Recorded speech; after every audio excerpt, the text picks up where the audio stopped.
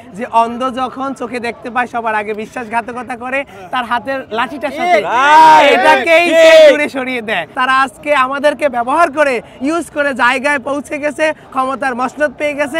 এখন আমরা তাদের কাছে নাথিং বিষয়। সালামও দিলাম, উনি চোখের চেহারার দিকে তাকালেন না। উনি সালাম নেয় এত দূরের কথা, উনি মিষ্টি থেকে বের হয়ে গেল, বললো এদেরকে বলে দাও রোববার দিন আসতে।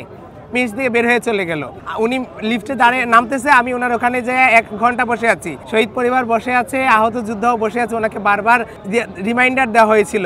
উনি আমাদেরকে অ্যালাউ করলো না। যখন বের হয়ে যাচ্ছে তখন আমরা ওনাকে ধরলাম গিয়ে দরজায়, লিফটের গোড়ায়। তখন উনি বললো, আমি সালাম দিলাম, উনি চোখের দিকে তাকালেন না, কোনো রেসপন্স করলেন না। বললো ওনার পিএসকে বললো ওদেরকে বলে তো রোববার দিন আসতে। এটা বলে উনি চলে গেল।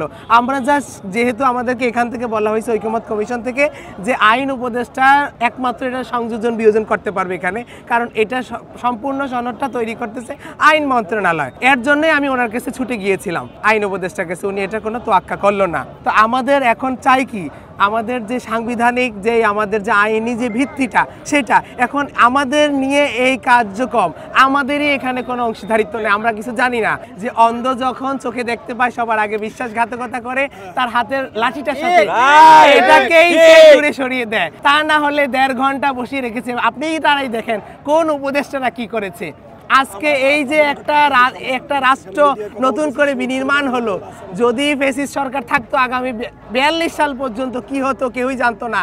কোনো একটা উপদেষ্টারা তারা উপদেষ্টা হতে পারতো না। আজকে তারা শহীদ পরিবার এবং আহতদের ভুলে গেছে।